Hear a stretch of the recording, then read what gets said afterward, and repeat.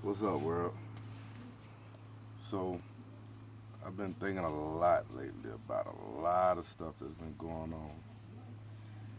And I've been feeling like there's there's there's only a couple ways things are gonna end and resolve themselves. As we look back in history, history always repeats itself. Everything's cyclical. It keeps starting over and doing itself over and over again. Before I go all into that, man, I'm gonna introduce who I am, like where I came from, what I did. I've seen things that the average person can live years and never see, and I'm not speaking on just random shit pulling out my ass. I was born and raised in Tampa, Florida.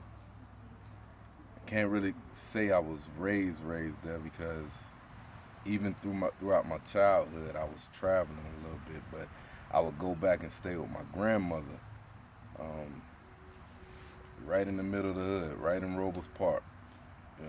For anybody that in Tampa know what that is. So my mother went in the military, so through school years, I would go and stay with her, then come back to the hood. Go and stay with her, come back to the hood.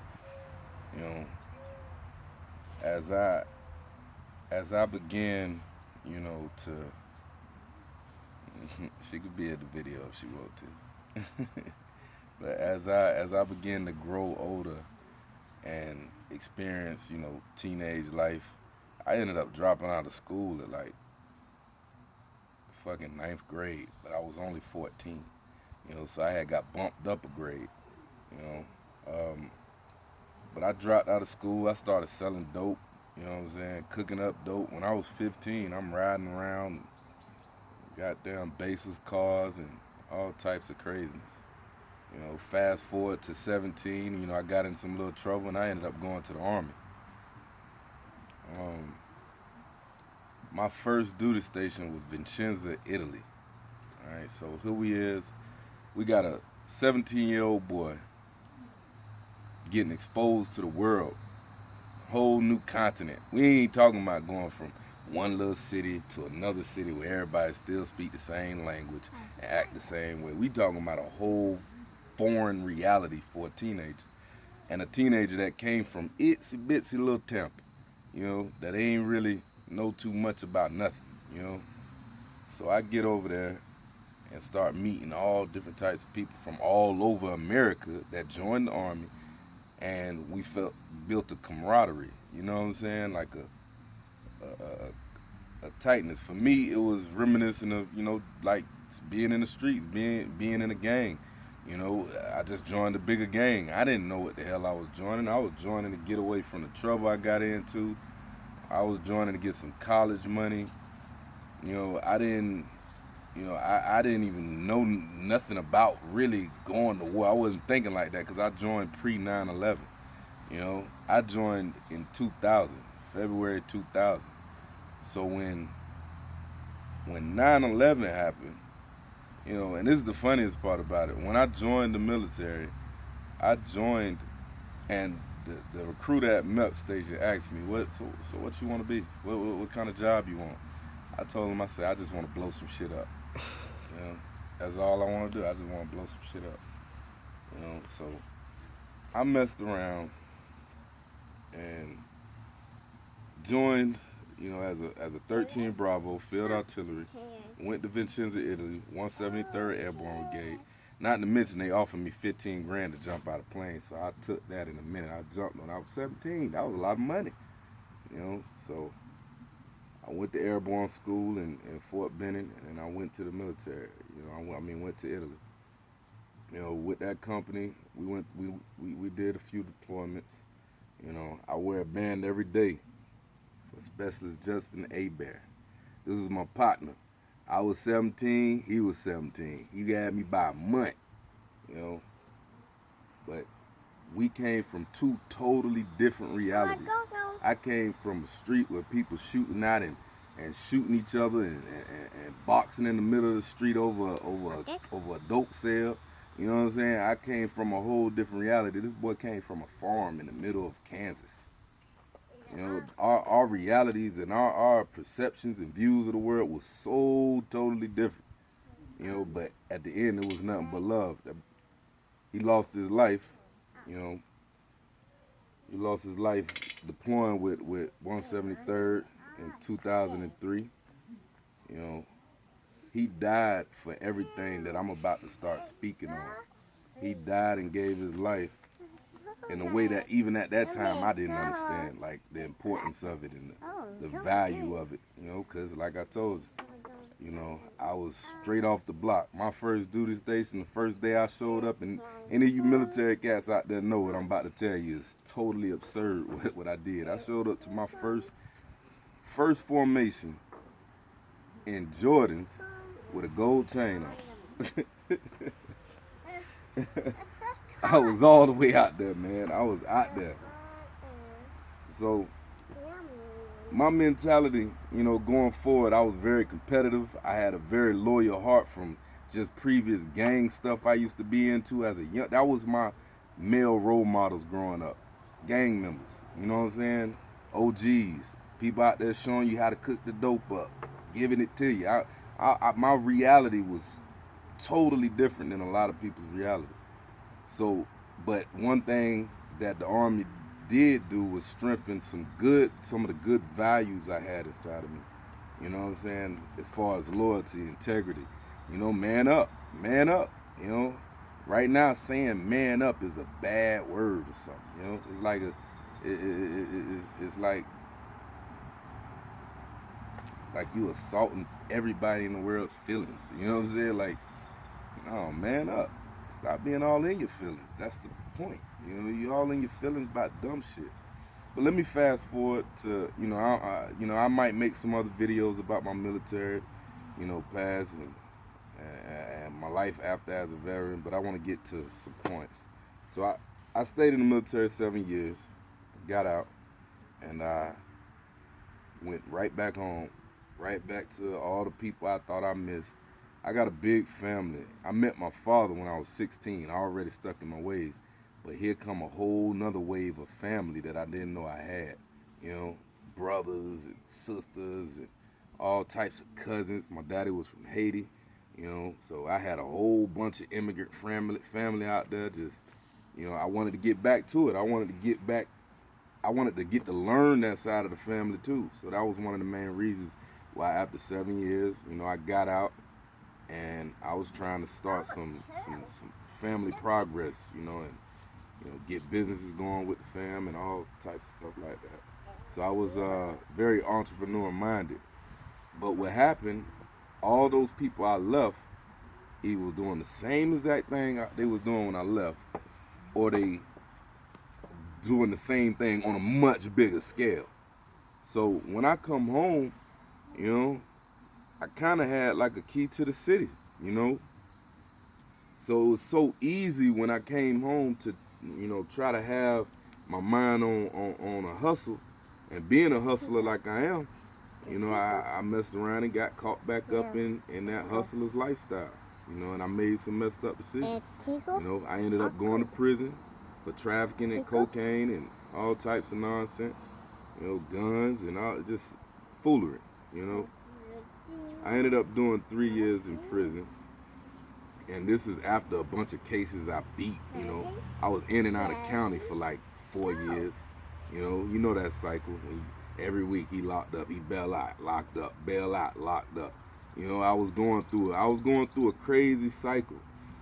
You know, when I got to prison though, I had a real wake-up call, you know, and it wasn't a wake-up call like prison was hard or nothing like that. I just finally had time where I could really sit the hell down. Slow down. Slow down. You living every second like this. Slow down. And just analyze where you at, man. You know, analyze what's going on in your life. Analyze where you are at and what your life is about. What's going on out here. You know, I started analyzing what America was. Really what America was. Not just the part that was taught to me in the hood about slavery and Jim Crow and how these white men always trying to fuck you over and all that just repetitive nonsense, circular theory, just I really sat back and learned from the perspective of me knowing that America is not the only country out here. Me knowing that this is not the only culture or history that there is. Me knowing that there is other lands that I visited. I visited every continent on this earth other than Antarctica. And South America, my bad. So, I've been to every continent. Asia, Africa, Europe, America, North America. And understanding that there's more to just what you know can help you knock down some serious blockages in your growth and who you can become, your potential, everything. I'm making this video today because I'm noticing a trend. It's a movement, and this MGTOW movement. These are all men, alpha men, 9 times out of 10 in some form or fashion. It might be some betas in there, just swimming and following the crowd. But for the most part, the people that are really thinking deep, they're just like the monks of the past, the monks, the deep philosophers. They're moving away from groupthink. They're moving away from being manipulated and swayed. But y'all are a dying breed. We are a dying breed. You understand what I'm saying? This whole situation that we're seeing play out in America right now is something so much bigger and deeper than skin color, where you from, what you think you know, But yet, all of our leaders, all of our alpha males, all of the people that's thinking deeply and critically, seem to not understand the power in unity, the power in playing chess, and understanding chess is being played on us for at least the last 100 years. Like the name of this channel, Toxic Masculinity. Oh no? It's retarded. The fuck is that? For real. Like toxic masculinity? Thank you, baby. I appreciate that. Knuckle. We don't want that no more, though. We don't want that, okay? Don't pick up stuff like that. Alright? But anywho, toxic masculinity that's some made up shit from people being in their feelings. Every major society and major empire failed because the whole populace was in their feelings. MGTOW, y'all need to understand something. That energy y'all got, unify it, use it. We need to group together. We need to start understanding politics. We need to start paying attention to what's going on. Don't just watch CNN and watch Fox and be like, oh, they right. No, analyze what's going on. Learn what's going on here. If you a black MGTOW and you on that hemotep nigga shit, that hemotep shit, we was kings and we was queens. Get that type of dumb shit out your mind, man. You talking on some stuff that you have no clue about. You ain't never been to Africa. You just read some shit. You don't even know. You don't even pay attention daily to what's going on in Africa. But you want to constantly talk about you need to get back to Africa.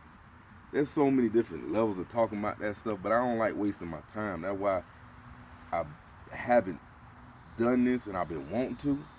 I feel like a lot of this, it leads to wasting time. I'm not trying to make no money off of YouTube. I got out of prison, and after understanding and learning the things I know, I came out here and I ain't take no for nothing. I was homeless for a little bit. I had to, bust my ass, sometimes 2-3 jobs, But here now, I got my own house. Me, my wife, my daughter, we straight. And started a little trucking company, and it's all about your perseverance. But that's even another topic. I don't want to drift off in the canary field, but the main message here is it needs to be a war on our enemy, and understand our enemy has been playing chess, and we ain't been playing with them. They got a head start. We have already lost this battle. You understand what I'm saying? We have already lost this battle. So what do you do after the pieces come back together? It's men like us that need to leave the remnants of what needs to be rebuilt. Because after every time hard times come, real men stand up and fix it. You understand? And we coming across a time where if you got kids, you got little ones, you worried about, life for them in the future. If you real like that, if you really real like that, you need to pay attention, man. You need to wake up, pay attention, get out your feelings. I don't care what a person on TV, at the MTV or BET was, above, or any of those doggone award shows.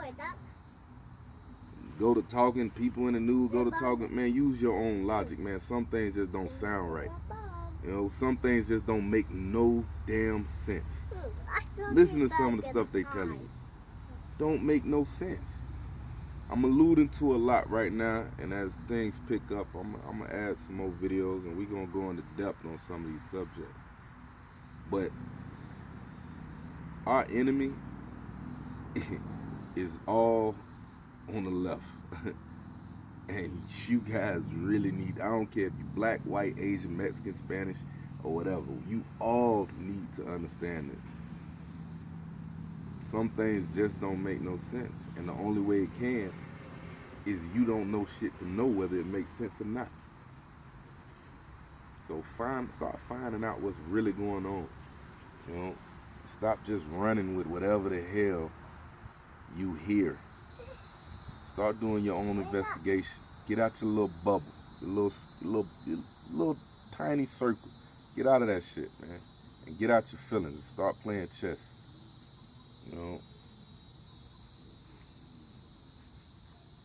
But Mom, these are cars. We're gonna have another chat soon. Stay tuned.